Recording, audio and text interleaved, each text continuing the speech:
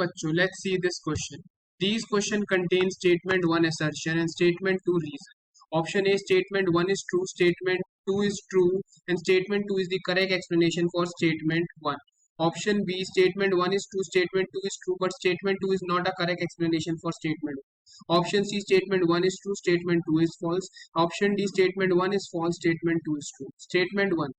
The average mass of one magnesium atom is 24.305 AMU, which is not the actual mass of one magnesium atom, because statement 2, three isotopes Mg24, 25 and 26 of Mg are found in nature. अब इस question को समझने के लिए पहले हमें कुछ की कॉन्सेप्ट्स के ऊपर यहाँ पे ध्यान देना होगा. ये क्वेश्चन हमें क्या कह रहा है? स्टेटमेंट 1 कह रही है कि the average mass of one magnesium atom it is equal to 24.305 AMU, that is the atomic mass unit, which is not equal to the mass of one magnesium atom. Magnesium जो होता है वो तीन isotopes की form में exist करता है. एक होता है Mg24, एक होता है Mg25 और एक होता है Mg26. तो यानी जो एक्चुअल मास हमारा होगा किसी में एक मैग्नीशियम एटम का, actual mass of magnesium atom can be 24, it can be 25 or it can be 26 based on which isotope we are talking about.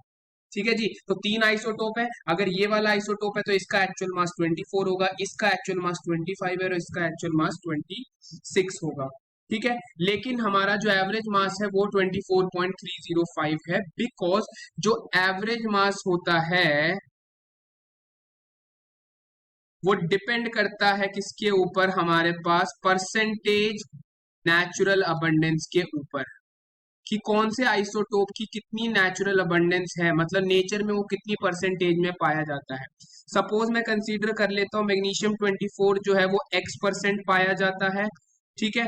Magnesium 25 जो है वो हमारा y% पाया जाता है और मैग्नीशियम 26 हमारे पास नेचर में z% पाया जाता है, जहां पे x plus Y plus Z will be equal to 100. Total percentage तो हमारी 100 ही होगी. ठीक है जी. तो अब इसके केस में जो हमारा एवरेज मास निकाला जाता है वो हो जाएगा हमारे पास 24 into X plus 25 into Y plus 26 into Z divided by 100. 24 atomic mass into उसकी percentage abundance, 25 atomic mass into उसकी percentage abundance, 26 atomic mass into उसकी परसेंटेज अबंडेंस डिवाइडेड बाय 100. तो यहां से जो हमारा निकल के आता है वो किसी एक एटम का एवरेज मास निकल के आता है, because of the three isotope के कंट्रीब्यूशन की वजह से. यानी हमारे पास मैग्नीशियम का एवरेज मास उसके एक्चुअल मास से डिफरेंट क्यों है? Because it exist in the form of three different isotopes and the three different isotopes have different natural abundance, different percentage में वो नेचर में पाए जाते हैं. ठीक है जी. तो इसी वजह से हमारा करेक्ट आंसर क्या हो जाएगा? Option A, because statement 1 is true, statement 2 is true and statement 2 is the correct explanation for statement 1. I hope you understood it well. All the best. Thank you.